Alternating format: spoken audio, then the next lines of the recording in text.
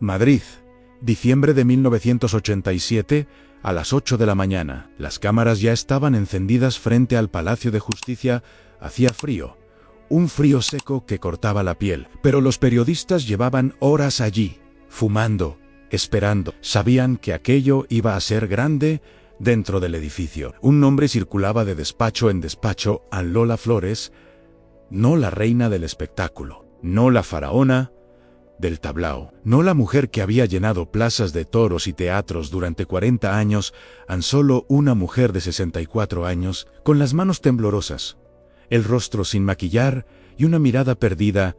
Había pasado la noche sin dormir. Su hija Lolita la había abrazado llorando, sin saber qué decir. Su hijo Antonio le había dicho que todo saldría bien, pero su voz temblaba. Rosario había preparado café que nadie bebió. Ann Lola sabía que no saldría bien, Ann, porque cuando tu nombre aparece en portada, antes de que te expliquen de que te acusan, ya has perdido. El responsable del expediente era Manuel Cortés, inspector de Hacienda. 38 años, ambicioso, metódico, implacable. 6 meses antes había rechazado investigar a 2 empresarios protegidos por el partido en el poder. Demasiado riesgo, demasiadas llamadas desde arriba, demasiadas puertas que se cerraban. En su lugar, eligió un objetivo más fácil: una artista flamenca sin asesores fiscales de peso, con demasiada exposición pública, con un marido que firmaba papeles sin leer y con una vida entera expuesta a la luz. Un caso ejemplar, una cabeza visible, un nombre que vendería periódicos durante semanas. Manuel Cortés sabía exactamente lo que estaba haciendo. Revisó cada factura, cada contrato, cada firma. Buscó errores. Los encontró y entonces preparó el golpe, con frialdad quirúrgica. A las 9:12 de la mañana, el fiscal Luis Moreno de la Vega filtró el caso a 3 periodistas de confianza. Una llamada, 2 nombres en un titular. Antes de que Lola fuera citada oficialmente, antes de que su abogado recibiera notificación alguna, el titular ya estaba impreso en la rotativa: Lola Flores, acusada de fraude fiscal por 96 millones de pesetas. Cuando ella llegó al juzgado, el pasillo era un infierno. Flashes, empujones, gritos que rebotaban en las paredes de mármol. ¡Ladrona! ¡Devuelve el dinero! ¡Sinvergüenza! ¡A la cárcel! Una mujer le escupió. Otra le tiró un papel arrugado. Los fotógrafos se abalanzaban sobre ella como buitres sobre un cadáver. Lola intentó caminar con la cabeza alta, pero sus piernas temblaban. Sus manos buscaban algo a lo que aferrarse. Su marido, Antonio González, el pescailla, caminaba a su lado en silencio. Miraba al suelo, no decía nada.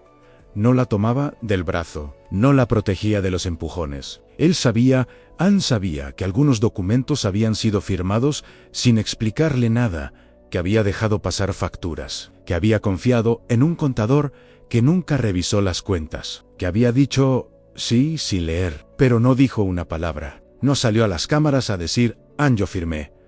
Ann, yo me equivoqué. Dejó que ella cargara sola, y ese silencio fue peor que cualquier acusación. Dentro de la sala, el ambiente era gélido. El juez leía los cargos con voz monótona. El abogado de Lola apenas intervenía. Parecía asustado, parecía pequeño. El fiscal Luis Moreno de la Vega pidió prisión preventiva. No multa, no advertencia, no un plazo para pagar. Prisión. Lola tembló, no por el dinero, sino por la palabra misma: prisión. Ella, que había cantado para reyes, que había levantado a su familia del hambre, que había dado trabajo a cientos de personas, que había bailado descalza en los tablaos más humildes y en los palacios más grandes. Miró al fiscal, miró al inspector, miró a los periodistas que tomaban notas desde el fondo, con sonrisas apenas disimuladas. Y entonces pronunció la frase que todos recuerdan, pero pocos comprendieron: si cada español me diera una peseta. Rieron en las cámaras. Se acercaron, algunos periodistas escribieron: Ann Lola Flores pide limosna. Otros: Ann Lola Flores se burla de la justicia. Otros: Ann la faraona, humillada. El daño ya estaba hecho. Aquella frase, dicha desde la desesperación, se convirtió en burla nacional. Lo que nadie contó fue lo que pasó después. En casa, Antonio González reconoció en privado que él había firmado sin consultar, que había confiado en un contador que nunca revisó las cuentas, que había dejado que ella cargara con todo porque era más fácil, porque ella era más fuerte, porque siempre había sido ella quien salvaba la situación.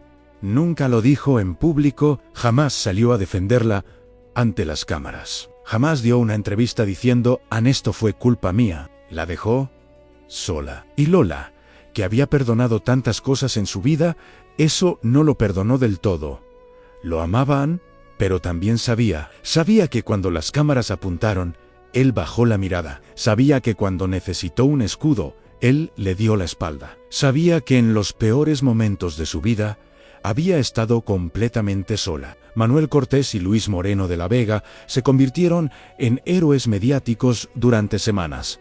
Aparecieron en tertulias, en portadas, en programas de radio, en debates televisivos, defensores de la justicia fiscal, guardianes de la ley, hombres incorruptibles que perseguían a los poderosos. Recibieron felicitaciones, reconocimientos internos, palmadas en la espalda. Mientras tanto, Lola pagó, vendió joyas que había guardado toda su vida, pidió prestado a amigos, vendió propiedades, cumplió hasta el último céntimo, pero nunca volvió a confiar. Nunca volvió a firmar nada sin leerlo 3 veces. Nunca volvió a creer que el Estado la protegía. Empezó a tener miedo. Miedo de abrir el correo, miedo de atender llamadas, miedo de que volvieran a por ella. Dejó de dormir bien. Se despertaba en mitad de la noche, sudando, pensando en la cárcel. Dejó de cantar con la misma alegría. Su voz seguía siendo hermosa, pero había algo quebrado en ella. Algo se rompió dentro de ella aquella mañana de diciembre, y nunca volvió a ser la misma. Lola Flores murió el 16 de mayo de 1995. No en Madrid, no en un hospital frío y blanco lleno de extraños. Murió en Sevilla, en La Macarena, en su casa, rodeada de su familia. Sus hijos estaban allí. Lolita, que le sostenía la mano, Antonio, que le hablaba bajito, Rosario, que lloraba en silencio. Sus nietos, que no entendían por qué la abuela no abría los ojos, las personas que siempre la quisieron. Murió con su nombre limpio, con su deuda pagada, con su dignidad intacta. Antonio González, el pescailla, siguió a su lado hasta el final. Siguió durmiendo en la misma cama, siguió comiendo en la misma mesa. Siguió llamándola mi Lola, pero nunca reconoció públicamente su parte de responsabilidad. Nunca salió a decir: yo firmé, yo confié, yo me equivoqué. Dejó que ella cargara sola con el escándalo, con la vergüenza, con el juicio moral de toda España. Y eso Lola no se lo perdonó nunca del todo. Lo amaba, lo amó hasta el final. Pero también sabía que cuando las cámaras apuntaron, él bajó la mirada. Sabía que cuando necesitó un escudo, él le dio la espalda. Sabía que en los peores momentos de su vida había estado completamente sola. La justicia llegó tarde. Muy tarde. Tanto que casi nadie se enteró. Años después, Manuel Cortés fue apartado discretamente del cargo. Nunca se dijo por qué. Hubo rumores de favores, de presiones, de expedientes cerrados bajo mano, de investigaciones internas que nunca salieron a la luz. Dejó Hacienda sin escándalo, sin consecuencias, sin que nadie le preguntara por qué había elegido perseguir a una mujer de 60 años en lugar de investigar los millones que se movían en las sombras del poder. Se retiró en silencio. Cobró su pensión. Vivió sus últimos años en un piso tranquilo, sin que nadie lo molestara, sin que nadie lo recordara, sin que nadie pronunciara su nombre. Luis Moreno de la Vega, el fiscal que filtró el caso antes de tiempo, desapareció de la vida pública, sin juicio, sin sanción, sin una sola palabra de reproche. Simplemente dejó de estar. Se retiró en silencio. Nadie volvió a mencionarlo en los pasillos. Nadie volvió a citarlo en las tertulias. Nadie volvió a pedirle su opinión. Se esfumó, como si nunca hubiera existido. Como si nunca hubiera destruido la paz de una mujer para hacer carrera. Nadie pidió perdón. Nadie reconoció el ensañamiento. Nadie admitió que aquel caso había sido elegido no por justicia, sino por visibilidad. Porque perseguir a Lola Flores daba titulares. Perseguir a un empresario protegido daba problema. Así funcionaba entonces. Así funciona ahora.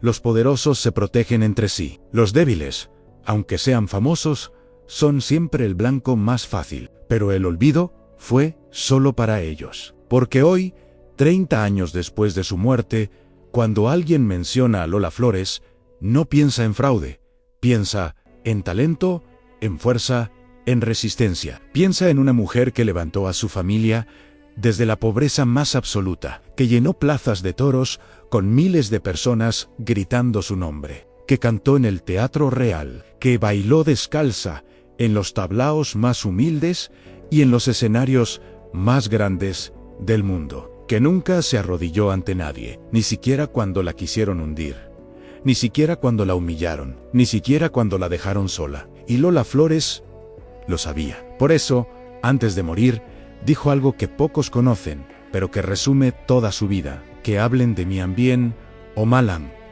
pero que hablen, porque cuando dejen de hablar, entonces sí que estaré muerta. Hoy, 30 años después de su muerte, todavía se habla de ella, de Manuel Cortés y Luis Moreno de la Vega. Nadie dice nada.